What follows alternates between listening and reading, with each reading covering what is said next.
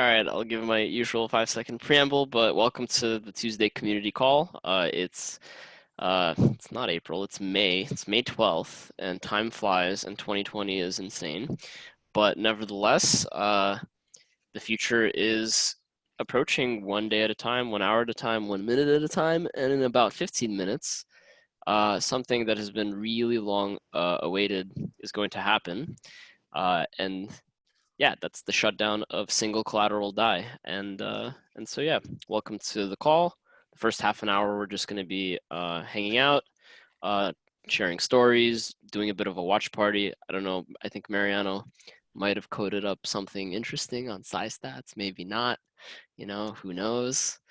But either way, yeah, you're welcome to hop on the mic, hang out, conversate. But for the second half of the call, I'll do kind of the usual thing we do on these Tuesday calls. I had prepared an agenda filled with links and pretty much to everything, full update on governance, links to all the current votes, some updates on like partnerships, highlights from community, you name it. So I could put that up inside of the chat, and I'll probably share it a couple more times. But yeah, so there it is. That's the preamble, and welcome to the call. All right, now you can share your story, Mariana. And you're muted. Oh no, we're missing precious. Here we go. Precious material being missed. No, I think you probably overhyped it a little bit. Well, that's my job, man. I was supposed to overhype things. I know. No, I don't know. It's been a wild ride. It's bittersweet today, you know. Why bitter? Well, I mean, Sai is still close to all of our hearts, you know. Yeah. The first stable coin, you know, decentralized on Ethereum. Actually, the way we deployed that was it was so good. So we had to deploy the DSG first, right? Governance contract, and then it needed to be filled with a decent amount of MKR. So a lot of people sent MKR, you know, including Rune, who had a whole bunch. And then we had to actually do the deployment, which took, I think it was only 3. No, the deployment was quite a bit, but the actual putting everything together and kicking it off was 3 transactions, and those came from Rune. But he signed them on an air-gapped computer, and he didn't have internet there, so he was just creating QR codes and sending them to Andy Millennius. And he received them. So this was what, like Copenhagen to New York. And he was receiving them, but for some reason, his software could not read the QR codes. So he would submit them back to me in Buenos Aires, and I would do the relaying of the transactions. So hopefully we still have the chat transcripts there, because it was a pain, but you know, it worked out pretty well. And when was this? December 17, 2017. And I think in some places it was already December 18, and we said we would launch by the 17th. So it was pretty crazy. It was at night for me, at least. At least I think it was. It's so long ago that.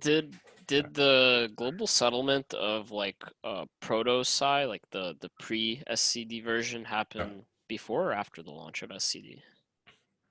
No, I think it happened before. Although right? The blockchain doesn't lie, we can check. And there was one deployment before proto-Sci, actually, that it doesn't even have a name. It was just a whitelisted version where the foundation opened the CDP and took out Sci and gave it as the first paychecks. And then people manually had to cash out, you know, that How So did it you would guys do cash out? everything.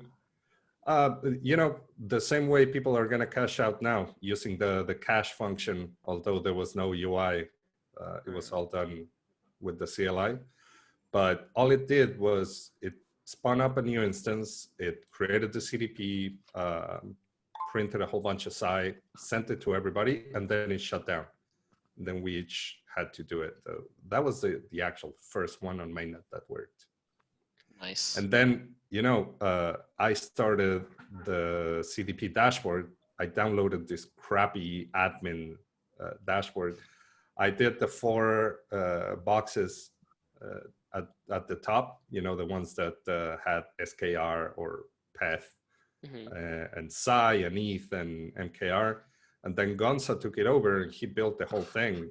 And when we actually released Psi, people were like, okay, so now where's the UI for this? And there was no UI. So it was, oh, okay, we'll use our internal dashboard. And then people said, hey, why does this look like shit, And it's like, this is our internal testing tool. Was that and it's still my favorite dashboard. sci.makerdao.com? Or was it? Yeah, that is still, it's still up. Yeah, you can go now to sci.makerdao.com and Yeah, I was gonna say. I know it's a little bit hard to use, but it Dude, it this was actually my favorite presented the whole dashboard. system. Yeah. Yeah, you could learn a lot from it. So fun fact, when I first got into MakerDAO, also like I think right around the time SCD launched, like I was already in the community, so I got to watch the launch and it was really fun. But maybe like a month later, I started telling my dad about it, and I sent him I sent him the sci.makerdao.com domain, and he's like, "What the hell is this?" And I remember sitting with him for like an hour explaining every single thing, like, okay, like, and it really helped him understand the system. But the dashboard is so jarring for like the first time you go on it, you're like, what the hell? And you can even participate in liquidations there. Of course, from day one there were bots that would do that, but the first time there was a big CDP that was liquidated, all the bots that were running, and then I say all, it was probably 1 or 2, they ran out of liquidity, so people were they were participating right from the dashboard. Yeah. This was back. I remember buying PETH from the dashboard. That was fun. Easy discount, 3%, instant. And I'm glad that pooled ether is gone, because we always had is it PETH or PETH? So you're in the PETH camp. Me? Yeah. I'm in the. No, I'm not in the PETH. I'm in PETH. I call it PETH. Yeah. Yeah. I've always called it PETH. Oh, okay. I have mixed feelings about the both. thing is, so I say pooled ether. So the thing is, I say like ETH, I call ETH. Yeah. But PETH, I always called PETH. I don't know. Yeah, and wrapped ether. Weeth. What? Weeth. So, make up your mind, man. I don't know, man. It's like my brain, just goes to whatever, man. You know what I'm talking about. Yeah. I know. So yeah, I'm on Psi stats. There is no confetti this time because, like I said, it's bittersweet. So. Oh, we got 5 minutes. Oh, I didn't even realize. So, maybe I don't know. Do you wanna be the captain, Mariano, and share your screen and kind of? No, please. Please go ahead. All right, fine. I'll share mine. But to be honest, I kind of don't really know. I'm like struggling to decide what to really show you guys.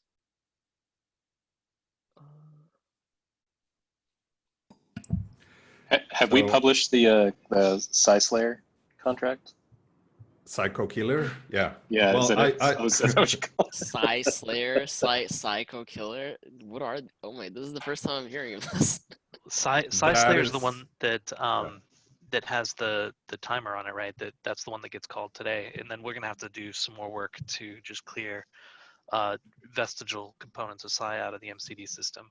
So that's gonna be in one of the weekly spells coming up. Just for posterity, do we want to go over like what is mechanically actually happening, what we expect to happen? Yeah, that would be good. Brian, do you want to take it, or do you want me to say it? I'd have to pull up the Slayer account here, so give me just a second. Or if you got it in your head, go for it. Yeah. Well, for now, just shutting down means somebody will call. Oh, can you refresh that? There's at least a banner now. Haha. There it is. Yeah.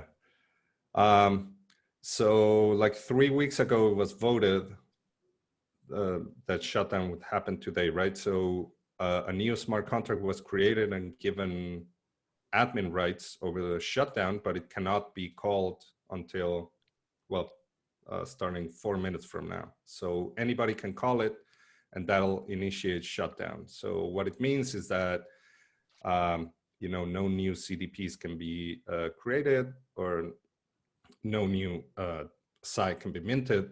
And there's a 6-hour cooldown period for CDP holders. So the system needs to rebalance internally. So in this case, everything's going to be fine because the system is over collateralized. If it wasn't, then it would do some extra calculations to figure out how much collateral anybody can take out. But as soon as shutdown happens, anybody who's just a SAI holder can claim an amount of Ether for their SAI. So right now, if the price of Ether, like it says, it's 189, if you have 189 SAI, you will claim 1 Ether, right? Well, just about. There is some calculation with pooled Ether, but that's more for CDP holders. And what the system is going to be doing, or there's going to be a keeper that, who wrote it? Was it Mooney, Brian? That Mooney and Kenton? Yeah, Mooney built the cage. Yeah, and also Gonzo as well did a bunch of the on-chain components. I actually Cool. have the address pulled up here that's going to be executing all the bytes. I think 59 seconds ago. No, that's not the right address. No? No, You're looking for scabies, yeah. You want to throw it in the chat? I'll put it up. Yeah, let's see if I can find it. Do you wanna say what the byte keeper does? While he's pulling that up, what happens today, right now, in the smart contract is that the cage function on SAI top gets called, and that's really all that happens on chain. And then the keepers go through, and that enables them to start biting the other collateral auctions. So as far as what we have to do, what we've been waiting for, it's just caging on the SAI top right now. Something's happening with my. Oh, there it is. Never mind. Like, needed to find the Zoom And chat. I just posted in Zoom chat the address of. I posted the address of SAI Slayer. So when, like in 2 minutes, we hope to see a transaction there. And Mooney posted the address of the keeper that's going to start biting. So how does it work if it has no Ether? No, that somebody sends a transaction. Oh, this is the to it. contract, right? Okay. Yeah, and look at contract and go to the bottom of the source code. So that cage function, it's pretty simple. Require that now, so the time has to be greater than that, which is a timestamp. Right on. And if it is, then it calls top.cage, which kickstarts the whole process. So it should less happen than a in minute about now. less than a minute, right? Any countdown? Oh, no countdown. Ooh. Oh, I actually 9, no 8, worries. 7, Ooh. 6, 5, 4, 3, 2, 1. There. So anyone can send the transaction now. Yeah, there's someone sent it. one. Somebody did it.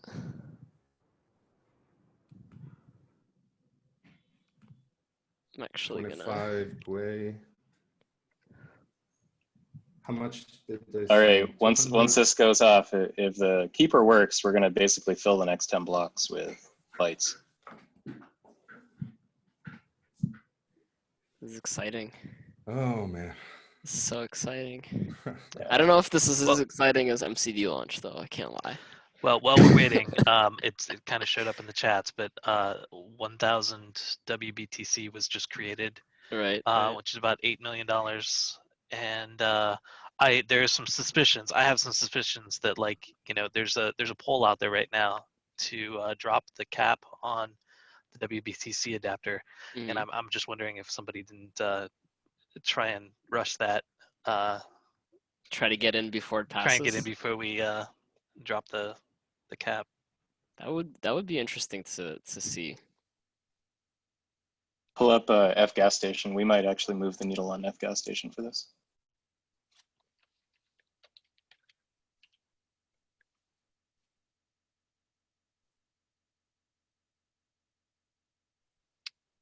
It's looking pretty standard. Definitely not March 12th levels, that's for sure. Yeah, scroll down. Look at the keep going further down. More. Right there. So we're almost at 100% real-time gas use. Nice. Yeah, which means we're probably going to move the needle. When we Yeah, start it says dropped, status dropped and replaced. Replaced with a separate transaction hash. Looks like the first one failed. Well, yeah, and people are still going to be with an out of gas because they're sending 200,000 and it does quite a few things. So they should send more than that. Yeah. Okay, we got it. Is that right, Mariana? No, that's not right. we all dream. All right, it was submitted. Status successful. Oh, no. Yeah, the bike keeper went off. Cross my fingers and hope this works. Well, how Might many have is to it's tweak like? a few things. Is it 100? It's going to do CDPs? 100 at a time, which isn't quite a full block, but it's enough to consume a good chunk of the gas in an entire block. So this could get transaction expensive. I don't, depending on how many there are, because people are still going to be issuing new transactions. So we're going to be fighting them for that people aren't block gonna like space. us. Yeah. I started out at a pretty competitive gas price compared to what's out there now. So, and then it has auto scaling on, so it'll scale up. It's the first byte. Someone spent $61 in transaction fees. Jeez. Jesus Christ. Yeah, we might run out of funds. We might need to top this one up. I always mess up numbers. So 61, we're definitely going to need to top this up with more ether. And that's assuming it doesn't have to scale up. So what should I be looking at? Go to the scabies address link that I gave you. This one, right? Yeah, it's on the chat group, the bottom one that Chris sent over, and it's the most recent transaction hash. Oh, it went through. It succeeded. We're doing the next 100. Oh, man. Messages. What was the total cost? What was the end? $40, 0.21 ether. Oh man. 0.2 for just one call? Yep. It's a good day to be a miner. We should look at F gas stations so we move the needle. 0.21 What is ether. What is the gas? How much gas are you paying? I put in 35 Gwei, and that seems to be getting them through. So these are the 100 bytes each, or this transaction itself is 100 bytes? Yeah, that's 100 bytes in one transaction. All these babies, right? And so this is going to happen pretty much until all of the CDP. It's going to shoot off transaction after transaction. So we're just doing the top 1,000 because after that, the PEF to WETH ratio is like at 99.999 something. Long tail. Yeah, it's got a real long tail after the first 1,000. Or top 1,000 is what I should say. Oh, and the MakerDAO bot is going crazy because. Oh yeah. Liquidations. Let's actually. Oh, that's gonna. We're gonna cause a market panic just on. Yes.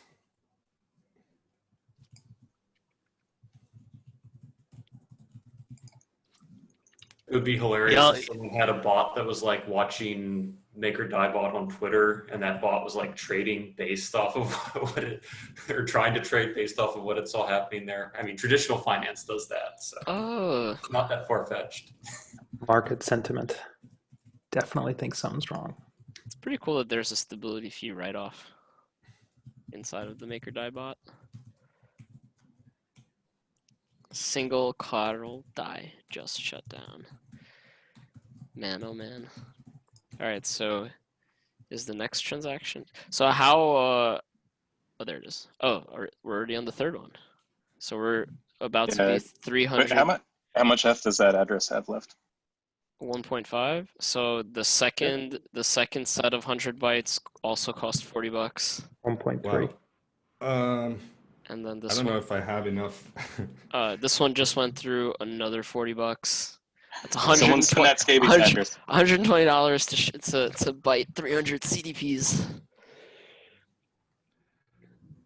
Okay. Can I see F More. gas station really quick? I want to see if we're moving the needle. Yeah, sure.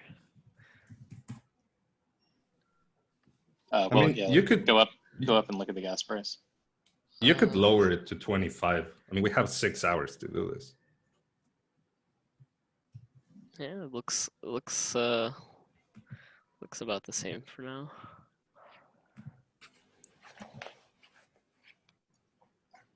You want me to leave it at the top, up here? Yeah. All right. Yeah. Mariana, I didn't engineer this well enough to fail in the middle. That's okay. Don't worry. Shit. So I need to send you more ETH, right? I'm probably gonna send. I mean, I don't know.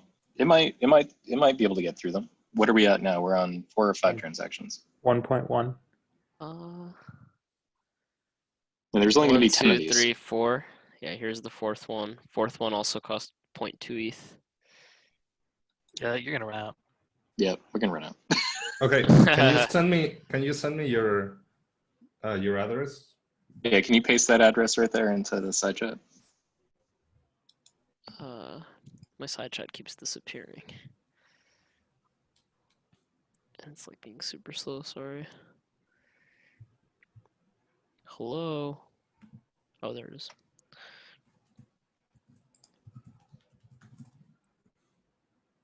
That's guys. Yeah. Okay. I'm gonna send you some from my account because. This is a historic day. Historic. No more Psi. Well, that's not true. There's still some Psi.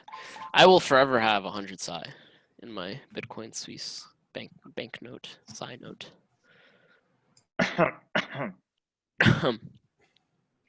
What's up, Manuel? Mr. Garcia. How you doing? Yes, I lied to you. I was just holding the paper. It's not mine. See, oh no, give me 1 second. That was Osaka community meetup.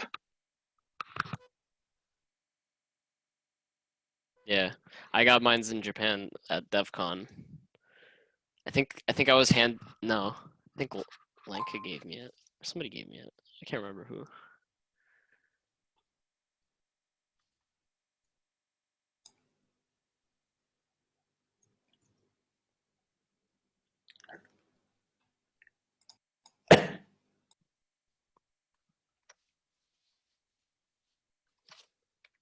So let's refresh the page, see where we're at.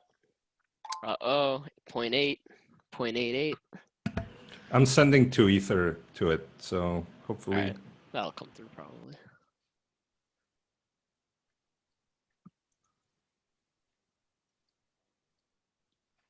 Takes a while. Mariana's got to sell Maker in order to get the Ether.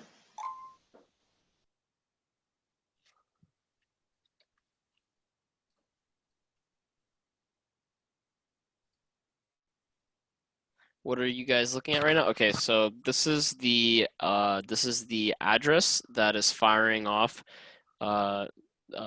basically transactions that byte 100 CDPs at a time. So part of the process of single collateral DAI shutdown is that the top 1,000 CDPs, which account for like 99% of outstanding DAI and like positions in SCD. All of those are going to get bitten, and once all of those bytes complete, and correct me if I'm wrong, then any Psi holder will be able to go to migrate.makerdao.com, and they will be able to convert their Psi into ETH directly right away. But if you're a CDP holder, you have to wait 6 hours, because there is a collateral claims process that occurs, and basically, it takes about 6 hours before CDP holders can actually convert their old CDP positions or claim the ETH that belongs to their CDP positions that got bit. So it like nets everybody out. But for single collateral DAI, unlike multi-collateral DAI, the Psi holders have priority. I think in MCD it's the other way around, where DAI holders actually have to wait a time delay. But yeah. So right now we're looking at this address that is doing 100 bytes at a time. How quickly are we going to get those funds? Yeah, it's two more. Yeah, there has to be some more ETH, because each one of these bad boys is Send it with 35 Gwei. $40 of transaction costs. Yeah, it's a good day to be a miner. Okay, I'm sending it with more.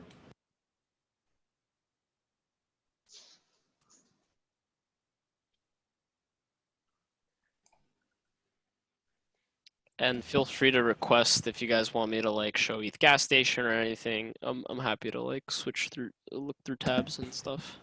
Okay, it was sent. If you refresh. Ta-da! Yeah. There we go. Nice. That was close. That was like right on the wire. Yeah, nothing like a little excitement. Get the palms sweating. Knees weak, arms are heavy. Mom spaghetti. So here's a question. So right now, the actual ERC20 token for Psi will stay out there basically into perpetuity, and it is redeemable at a known, instead of like ETH to wrapped ETH of a 1-to-1 conversion, this will be whatever the conversion rate was at whatever it was, $189. Is that now going to be static forever? How does that work? Yeah, and I'm trying to get the amount.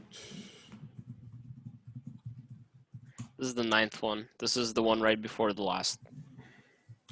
It might be a little bit less than that if the system is under collateralized. I don't think it is, but no, it's not.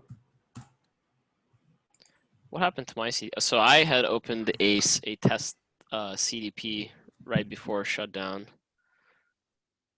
Let's see. Ooh, a banner.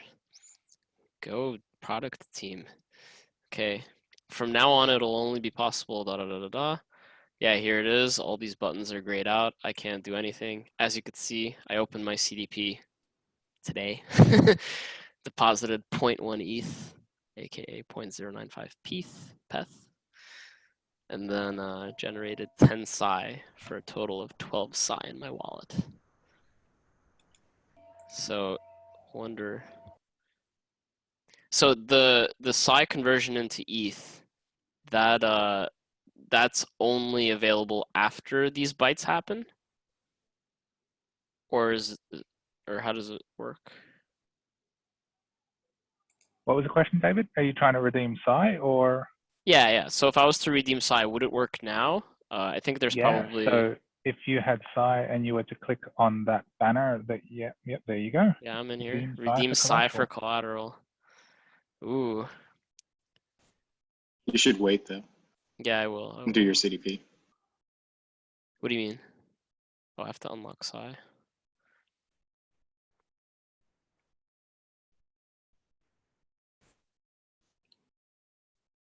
So maybe it's a tangential question, and hopefully one that'll never happen, hopefully. But let's imagine that MCD got shut down and you went to redeem for collateral. What would you get? Would it be a list of everything? Let's just imagine there were 20, because it realistically would be 20,000. Let's just pick that there would be 20 pieces of collateral that are there. Yep. would you have your then set pro rata amount of each one of those collaterals that would be then redeemable? Exactly. So yeah, it would be if it was one DAI that you're redeeming, you would get basically 1/20th of a slice of every single collateral. So, but the ideal process, I believe, and I think it still has to be like thought through by the community and like implemented in a way that makes that kind of like prevents regular retail customers or like users from actually doing the redemption themselves. But I think it was envisioned that like bigger keepers and market participants who have like full access to like CoinList and like other permission collaterals, because there's like a weird thing, right? Like what if it's like a security token or something? You get stuck with a security token, like 0.002 of a security token or something like that. So I think that there is that the idea is for the bigger market makers to buy up or to basically be like a middleman in between regular people redeeming their DAI. But I'm like fuzzy on all those details because I haven't really thought about it in months. Do you know? This transaction's taking a while. Minute 40. I might. Yeah, it is. We're coming up on the moment where it'll resend it. Yeah, there we go. We're moving the needle. Removed it. We're moving the needle.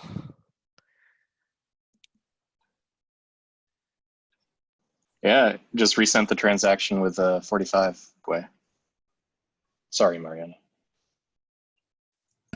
Yep. Nah, no worries.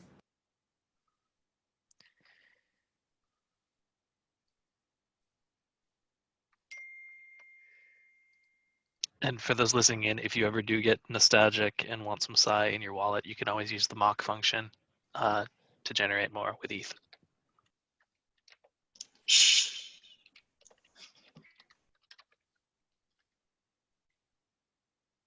You translate that?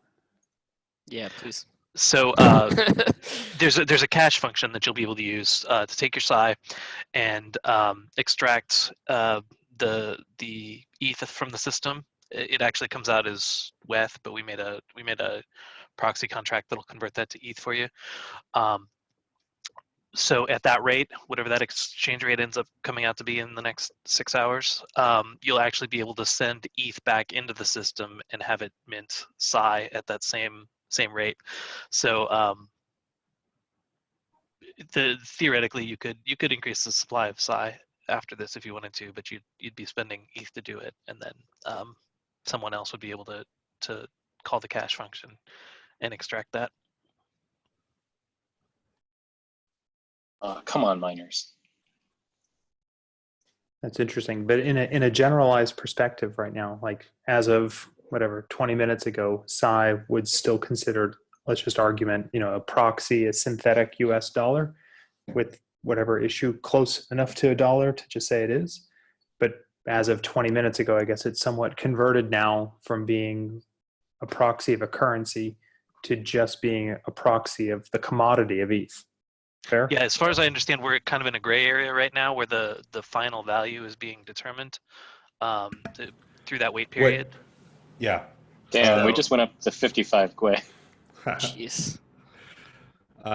So that's it for for CDP holders. For Psi holders, the price was fixed at the moment of shutdown. And yeah, the number I messed up in Psi stats, that's the amount of Ether per unit of Psi. So I'm gonna put it here in chat.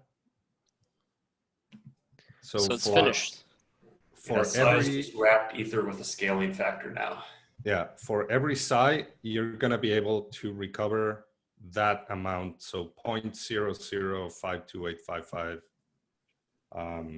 And if you grab the price at shutdown, which was 189.2 something.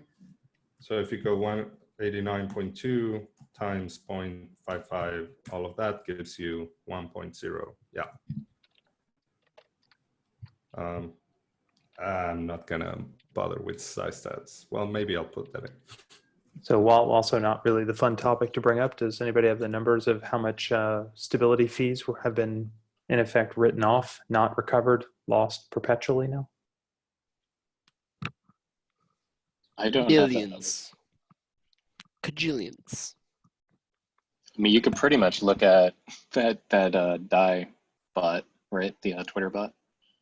Doesn't that have the? Well, that's how it has on each one of them. But I'm just saying, as a general function, by the end of this entire experience today, that the MKR holders, in effect, were unable, because of whatever reasons, governance, ethics, rules, whatever, to not recoup, and are in effect writing off the value capture of those stability fees. Like the one we're looking at in the middle, 700 grand, you know. Gone. Yeah, that's 3088. Rip. Well, it's okay. Now this is behind us. We could look ahead to the future. So wait, SCD Mariana's worried about a $40 transaction fee, and we just wrote off 770K. Yeah. It's like shit. So yeah, so that's it. So does that complete the process? Are there any other necessary transactions to shut it down, or is that it? So that process was only fast. There's so many CDPs that to actually look on chain and pull all of the values after shutdown would have taken longer than the 6-hour window. So that process is only fast because we used the GraphQL endpoint to basically determine which were the CDPs with the most debt. We could start to try and run that longer process and just see, what else is out there. But aside from that, yeah, I think we just wait the 6 hours and the ratio should be as good as it's going to get. Does anyone have a graph of the ratio between PEF and WETH? If you link me, I'll put it up on my screen. So Gonza's calculating, it's 0.72 WETH per PEF.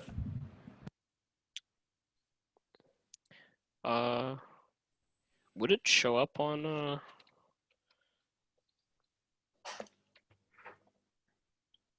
Oh no, not here. I mean side.makerdao.com.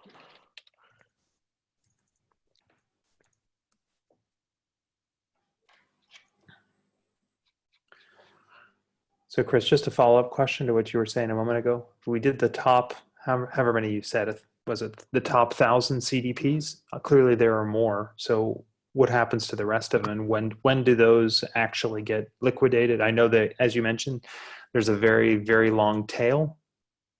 But what's is there anything gets done with those, or they just sit there, or it doesn't matter?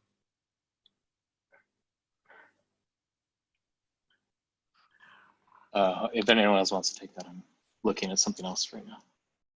I'm not 100% sure myself. I think they just sit there, right? They're counted out of whatever of that collateral is dispersed, and since it, like, I assume, I'm talking kind of out of my butt, but I assume, like, since it's like less than 1% of all the collateral in the system, it's kind of like negligible. So on the whole, nobody really takes much of a haircut.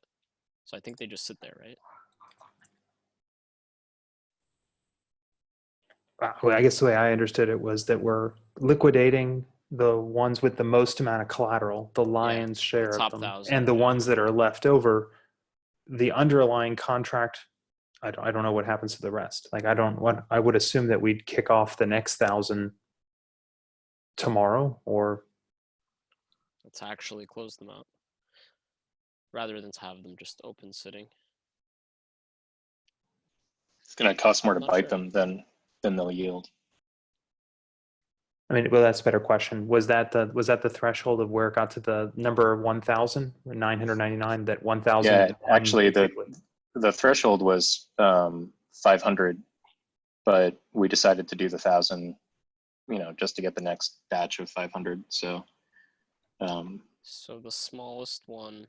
So even if we hadn't gotten this funded by that last transaction, it would have been fine because the ratio would have been as good as it was going to get.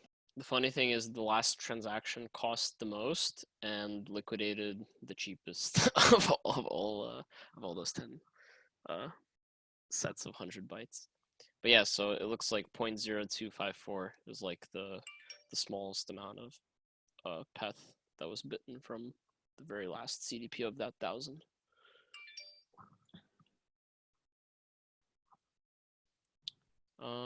Yeah, so I don't know. Let's do a live demo. Let's redeem some Psi, shall we? So yeah, so if you are redeeming Psi, go to migrate.makerdao.com, click on this lovely button. So the exchange rate, one Psi is 0.0053. And what did you write? Yeah, 528 in the chat. Nice. Cool. So let's set max. Actually, I kind of want to keep a couple die forever. Wait, I thought I already unlocked Psi. Hold up. Wait a sec. Wait a sec. No. There's a new contract, the cage free for this. Oh. So you're approving against a separate contract. So I just wasted 30 cents of ETH 10 minutes ago, is what you're telling me. That 30 cents of ETH could be millions of dollars, Brian. Costing me money, man.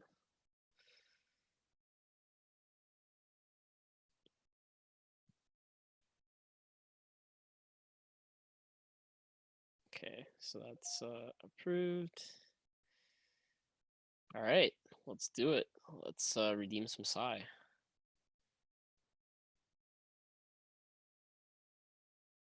Ooh, fancy.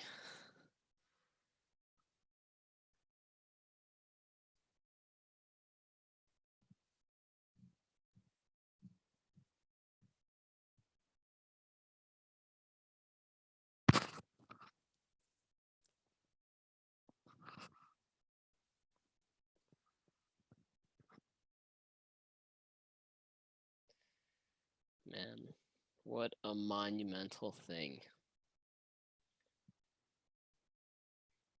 All right, so I can close this.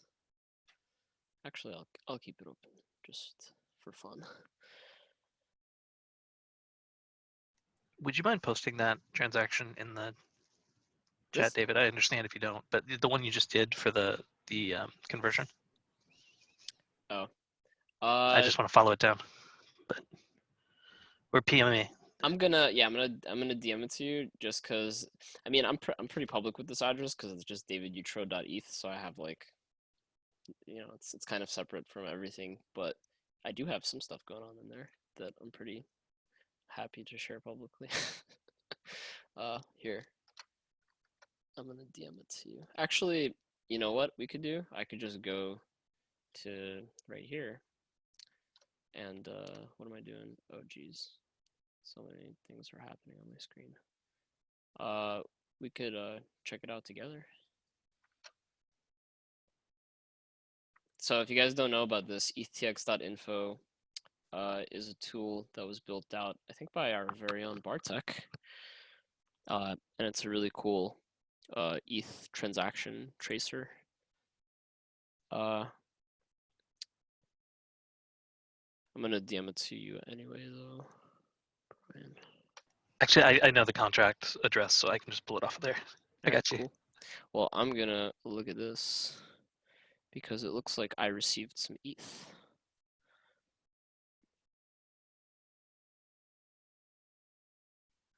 So what does it look like here? Yeah, so sent 10 Psi, exchange rate, I received 0.0528 ETH. Very cool. Very cool. So as we see people, where's Psi stats? I guess I closed it. So as we see people redeem, this number should be going down, right? Is that right, Brian? Yeah, yeah. You're burning supply when you do that. All and right, then the ETH locked number would then also go down, correct? The ETH, yeah, I assume so. So I wonder. Just gonna keep refreshing. All right, so I'm gonna go ahead and just close out a bunch of these tabs that I don't need. Don't need this. This is pretty cool. I'm gonna leave this open for myself for later. Still don't see that 1,000 BTC getting in here. What the hell, man? Yeah, we definitely moved. It's ours by right. Is it though?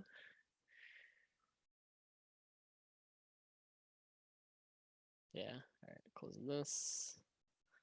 Yeah, man, that's it. That is it. Went to Nexo?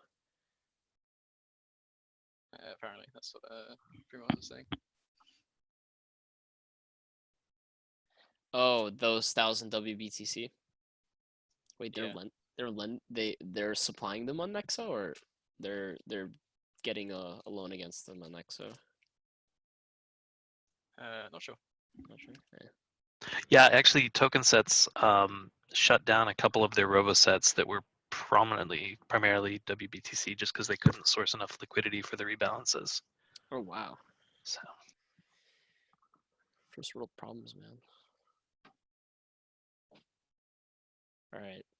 All right. Cool. Well, it's 12:30. We've been in here for about an hour, and I think I'm gonna run through kind of the agenda that I had put together as usual. I'm gonna post it in the chat if you guys wanna open it up yourselves and click on the links yourselves. But I'm gonna, yeah, I guess I'm gonna jump into it and give you guys a brief update on what's going on at MakerDAO this week. So for governance, a handful of things are happening. Oh, let me just admit these two people before I continue speaking. All right, so a handful of things are happening. SCD Shutdown just happened. We witnessed it about 30 minutes ago. And so, yeah, there's a couple of things that I highlighted for it. Primosh, who is a really great analyst in the space and regularly does analysis around MCD and SCD. He posted an interesting Twitter thread talking about the potential for some peg deviation as a result of SCD shutdown. Definitely check it out if you're curious. Yeah, so we actually just watched live as this address bit the top 1,000 CDPs, which accounted for about 99% of the collateral and debt in SCD, and effectively completed the shutdown. Yeah, I just posted some links here that you guys might find, guys and gals might find useful. ETHTX is a really good transaction decoder, lets you see things very granularly. Where's my thing? Yeah, there it is. There's a couple of guides there to SCD shutdown if you are a SCI holder or a CDP holder. One of them was put together before the Maker blog came out by one of our community members. And then the other one is kind of the official Maker blog one. Super simple. If you have either, go to migrate.makerdao.com and there is an option for you. If you're a CDP holder, you have to wait 6 hours. So at 6 p.m. Eastern Standard Time, or what is it, 1600, 2200 UTC, it's gonna, you will be able to redeem your CDP for ETH, not just your SCI.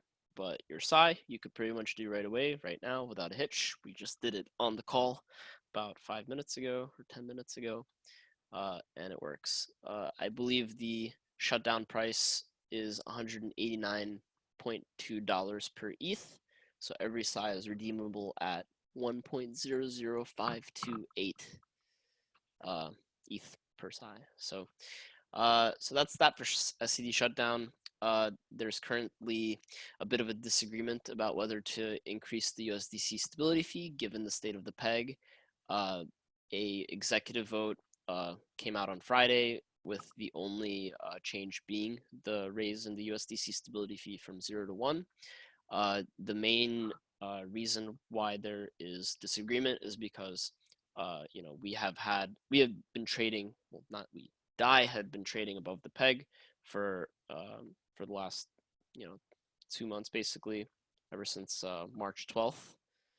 which today is May 12th. So for context, that was 2 months ago. That just blew my mind a little bit. But regardless, the idea being, why are we raising the stability fee when DAI is still trading above the peg? But the people on the other side of the camp are arguing, ETH and BAT stability fees are 0%, WBTC stability fee is 1%, and in reality, like that 1% is kind of just a step back in our subsidization of the risk of USDC. So, and then also there's the argument that, for the last 7 days, the volume weighted average price is extremely close to the peg. So the peg has like come very close to being restored. There have even been some trades below peg from what I saw on DAI.decipher.io. But regardless, it's still very early, and the peg, there's no telling whether it's like fully recovered consistently. But I think over the next week or two, this might happen. But currently, there's about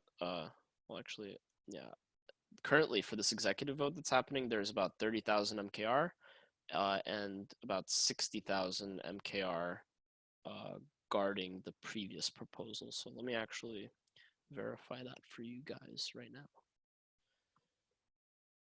if it will ever load. Okay, so yeah, so needs another 30,000 MKR to pass, basically, to surpass this 57,000, I believe. So yeah, overall, we're getting into the pretty low numbers in terms of MKR that's protecting the system. I think around March 12th, there was something like over 100K MKR guarding each executive, but since I guess the last handful of executives were not so controversial, some of the maker whales are asleep at the wheel. But nevertheless, I mean, 60,000 MKR is still quite a lot. And hopefully in the future, vote delegation boosts this number by quite a bit so that people don't have to vote when they're not like particularly engaged. They could just, assign their MKR vote to a delegate and participate in that way. Going back. All right, so yeah, I guess. Oh yeah, and a little bit waffly over here. So the other point that I glossed over is that a really big thing in the governance polls, and I'm going to talk about this in a little bit, but we are voting in a second governance facilitator who's actually in the call right now. Long for Wisdom, who's been a total governance community rock star. He's done a ton of initiatives on the forums. He's done working groups with people in the community. He, is constantly, a very critical thinker, and it's been awesome to have him in the community. And so definitely great to see that he is going to be the first official community governance facilitator, because the previous one was kind of a, not a placeholder, but like a proto governance facilitator, being Rich, trying to spec out the position and see how it goes. But as we evolve, we grow, and hopefully this vote passes. I think it's at like an astounding 95% yes. Some 400 MKR voted no. God knows why. Maybe there should be a troll box in the governance portal. Who knows? But yeah, so those are kind of like the major points happening in governance this week. And then also MIPS, which I'm gonna open up this thread right here and just talk a little bit about what's going on with MIPS, because they were passed. We're actually in our first governance cycle, but I won't speak to it right now. I'm just going to really quickly run through all of the different votes that are happening. So as I mentioned, there's an outstanding executive vote. This doesn't really expire. Actually, it might, right? Because our team who puts together these votes, we put together, like if it doesn't get voted in, it automatically expires after a certain timestamp. And if you're interested 30 days. 30 days. There it is. Thank you, Chris. Yeah, so after 30 days, if this isn't voted in, it's going to expire, and governance won't be able to vote it in. So this is just kind of a best practice thing to do for these executive proposals. Yeah. So the next executive vote would go out on this coming Friday. There's a handful of governance polls. There is an inclusion poll for core personnel onboarding, which is long for wisdom as a governance facilitator. We have until basically Thursday, right before the governance call, to complete these votes. Yeah, there's a handful. Well, actually, so there's a governance poll to adjust the WBTC debt ceiling. This came as a result of the community agreeing that the WBTC debt ceiling is a bit too high. It was initially set at 10 million, so I believe that the plan is to adjust it down to 3 million and then to onboard additional versions of BTC on Ethereum. But of course, that's going to take a bit of time and a bit of community discussion and sentiment gathering, and probably even some recommendation from the risk team. But regardless, right now, the vote is winning for yes to adjust the debt ceiling down. So yeah. A few governance polls are happening for stability fee adjustments. There's the WBTC stability fee adjustment, the USDC stability fee adjustment, and the DAI stability fee adjustment.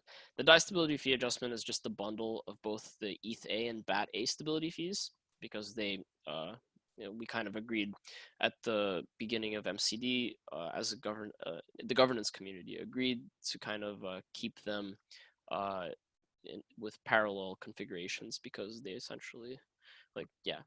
So right now they're bundled, but there's actually a really interesting conversation happening in the forums about restructuring the way that we adjust stability fees.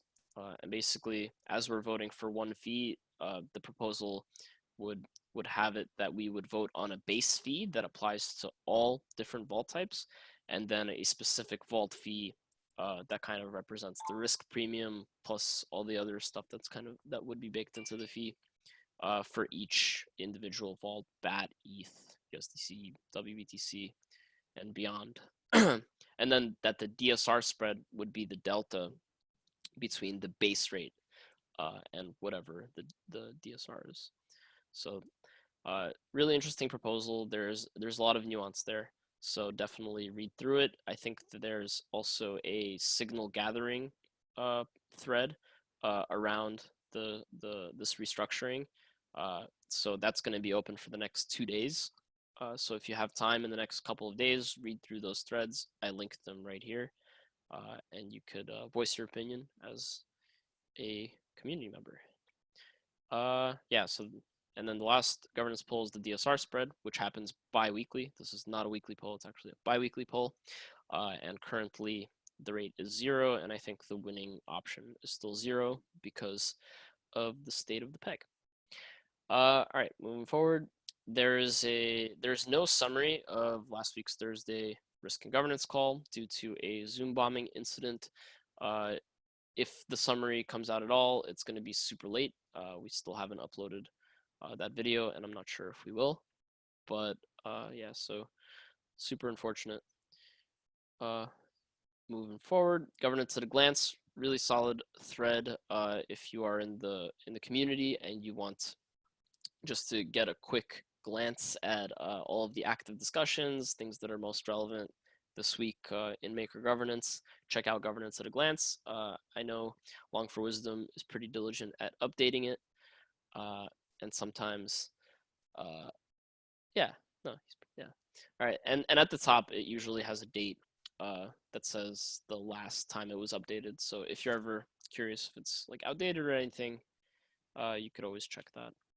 And then the only threads that I really highlighted this week were the stability fee structure, signal requests, and then the MIPS update that Charles posted in the forum, I believe like 12 hours ago. And really quickly, I do want to jump into this thread and kind of talk a little bit about what's been going on with MIPS. So the MIPS ratification vote passed. This happened about 10 days ago. and it's a super significant milestone because now we have a full kind of framework for governance, which is 13 different MIPS, which is 0 through 12. 0 is the framework itself, and then 1 through 12 go through a litany of kind of the different processes, everything from onboarding roles to onboarding collateral, templates for those proposals, processes for how to submit proposals. MIP3 also proposes a governance cycle, which passed, and we're actually in the very first governance cycle, which is a monthly cycle that happens. Let me see. Actually, I guess I could just go through these points kind of one by one because they are all pretty relevant for MKR voters. So yeah, the MIPS framework is fully operational. The core governance framework, which outlines the key critical governance structures and lays the backbone of long-term governance, it's now in place. The governance cycle has begun, and actually, so it's the May 12th right now. Actually, I think he meant, yeah, so I'm not gonna give commentary because I think he covers it in the next points, but the collateral onboarding framework, which is a MIP for adding new collateral types to the Maker protocol, is now formalized, providing an end-to-end framework for scalable collateral onboarding that interoperates with the governance cycle and existing domain teams. Anyone interested in proposing a collateral could start here. I believe this links to either the template or the MIP itself. Actually, I could check it out. Oh no, never mind. Well, either way. Next, a smart contracts domain team has officially been elected. This is Mariano and his team. There's a link to the sub-proposal there if you want to check it out. And just for posterity, a sub-proposal kind of looks like this. There's a preamble, an application, and as you can see, the proposed applicant is our very own Mariano Conti. A MIP editor has officially been elected as well. That's actually Charles St. Louis himself. There's also a sub-proposal there for that. And this was all part of this MIPS ratification vote that passed. So the first governance cycle began, just over a week ago on May 4th, signaling the beginning of the formal submission period for new MIPS. So if you don't know, the very beginning of the month, I think it's from the first Monday to Friday. I can't really remember. I'm gonna get better at knowing exactly what the governance cycle is. But regardless, the very beginning of the governance cycle starts with MIP submissions, sub-proposal submissions, and that ended on May 6th. The very first submission was actually Long for Wisdom's sub-proposal to onboard himself as a governance facilitator after he was nominated by Rich Brown and after a ton of positive affirmations from the community and in the comments of that thread. So yeah, that's what's going on last week. And then this is what's going on this week. So the governance facilitator published the governance poll to onboard Long for Wisdom. So during the next few days, that's happening. For reference, inclusion polls occur when the governance community decide what they want to bundle together when there are multiple proposals at hand into a future governance poll. So the inclusion poll also serves as the threshold to necessitate the attention of a governance poll. Inclusion polls allow MKR holders to have a significant impact early on in the governance cycle. So if I'm not mistaken, what's going to happen is this governance poll to add Long for Wisdom is going to happen. And towards the end of this month, there's going to be actually an executive vote that includes again, like adding Long for Wisdom in as a, sorry for these beeps, I'm being messaged by people. Yeah, that adds Long for Wisdom as officially like accepted as a governance facilitator. So sorry, I just heard myself. Actually, I can add a little point there. So the inclusion poll is what decides whether the proposals or proposal in this case at hand can move on to a governance poll. And the governance poll is next week, starting on Monday, which then dictates the final decision on whether to move to the executive vote at the end of the month, where Long for Wisdom would officially be elected as a governance facilitator. So there's the inclusion poll, which is the earliest kind of filter. The second is the governance poll in the third week. And then lastly, there's the executive vote that happens in the fourth week of the governance cycle. So the details are kind of kept there. Got it. Got it. So the inclusion poll is like, so there's 2 governance polls and an executive vote to get any MIP through or sub-proposal through, basically, right? Yeah, so the inclusion poll is what, like when the community decides what to bundle into the governance polls, and they basically decide which proposals kind of are at the place or kind of general consensus from the community on whether they should move to the next stage of the governance cycle. And sometimes they won't make it through there. So it's kind of, it's like 3 stage of voting throughout the month. Got it. So continuing to move through the points, in the future, there will be an inclusion poll for each proposal that has been formally submitted and is approved to move on to the next phase of the governance cycle. So each poll will have 2 options, yes or no. In terms of the steps for this week, on Thursday, there's going to be a review of the results of this inclusion poll on the governance and risk call, where the community will confirm the proposal that will be included in the governance poll next Monday. So yeah, that's about it. And then, so for week 3 of the governance cycle, next Monday, yeah, that governance poll that we just talked about is going to be submitted, and it's going to run for 3 days. And then once it passes, in week 4, it's going to go to a final executive vote on the Friday of week 4, right? Or is it also the Monday, Charles? It's the Monday.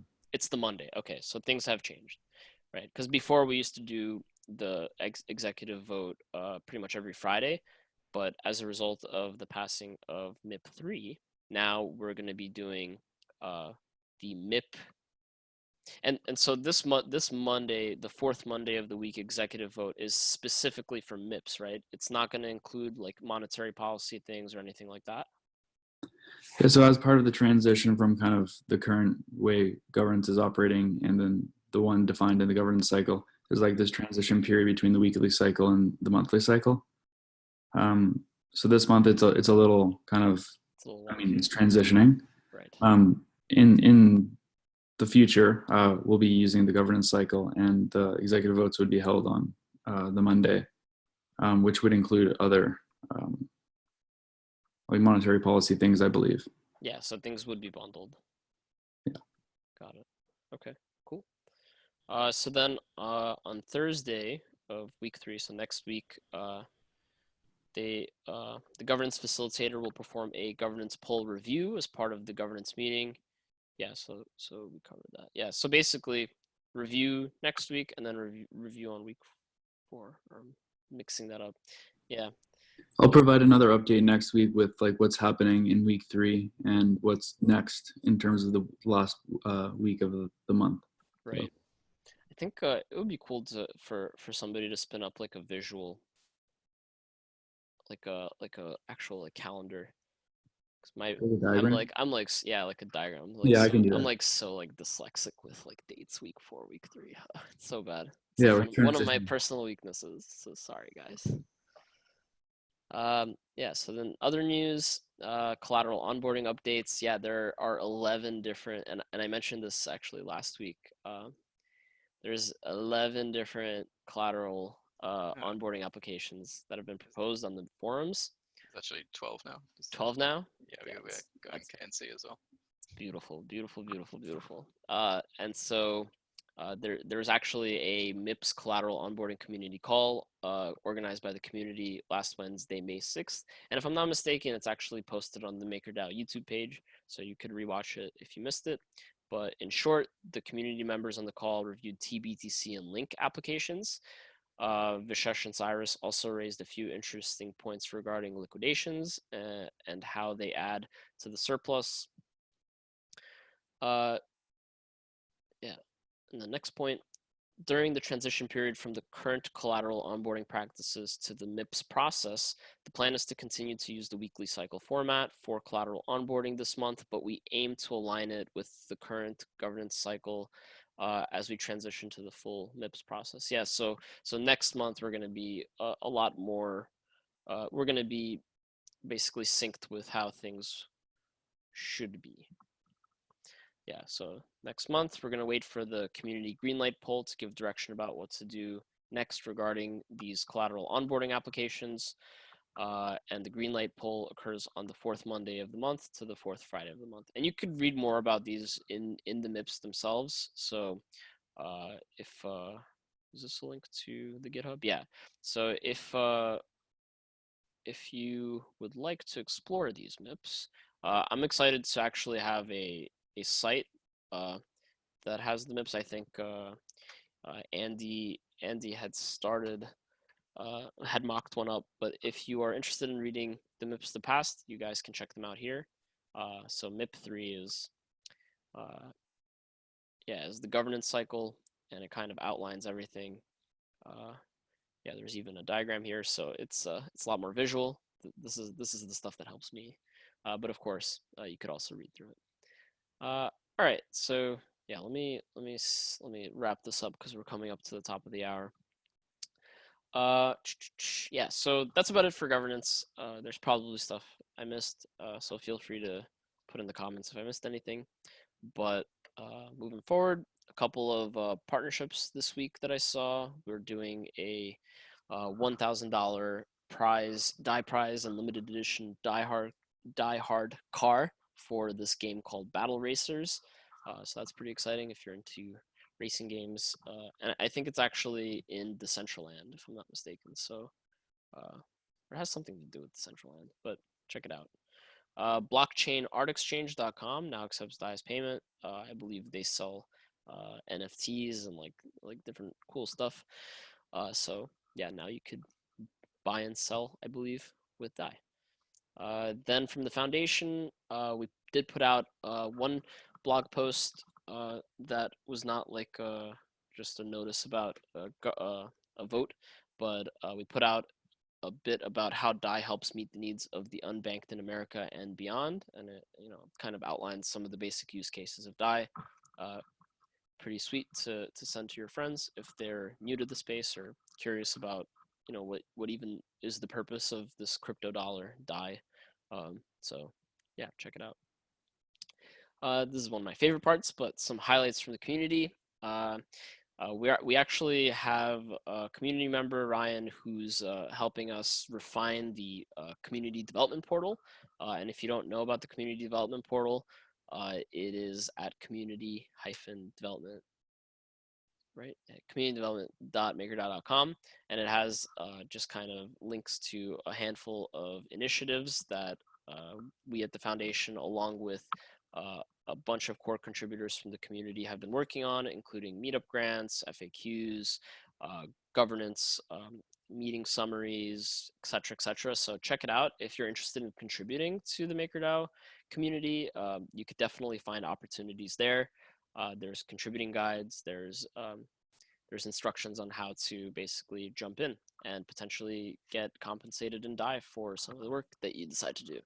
So we're trying to revamp the portal to make it a bit more user-friendly, to understand kind of the different funnels, the different people that are coming on. And so it would be really helpful if you guys spent 5 minutes and did the survey for Ryan. Next, we have Adrian, who came out with yet another issue of the MKR Holder Digest, week 19. Really, really great recap on what's been going on.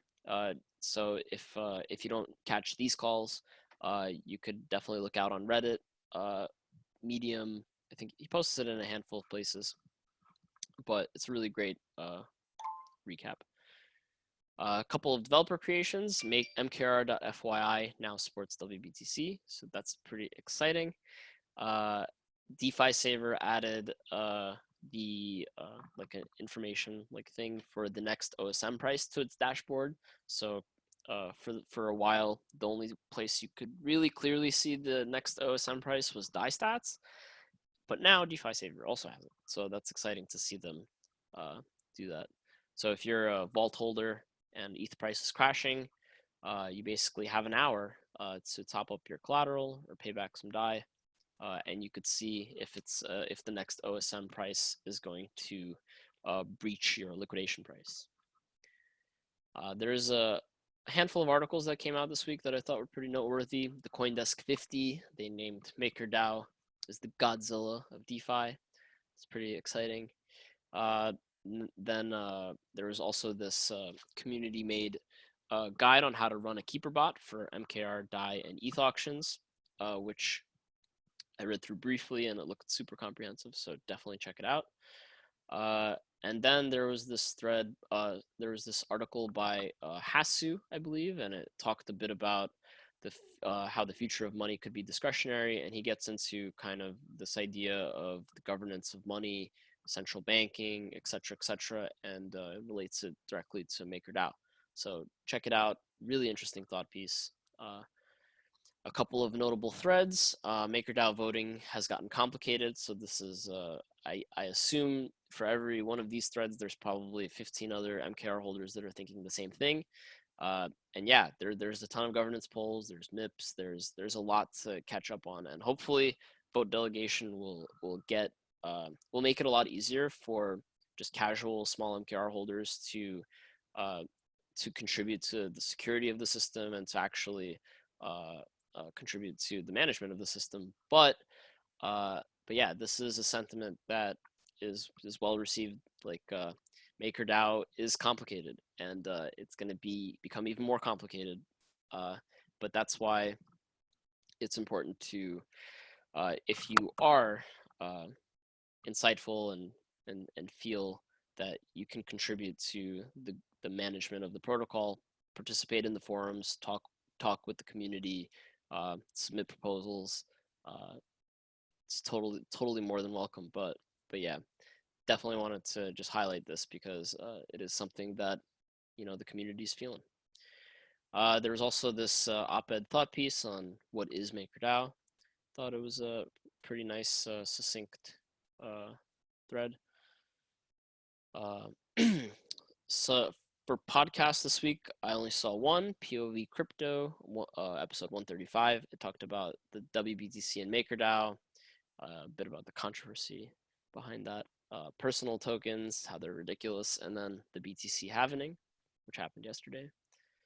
Yeah, and then the last thing I just want to mention is that if you're around tomorrow and behind your computer and you're interested in watching an interesting panel,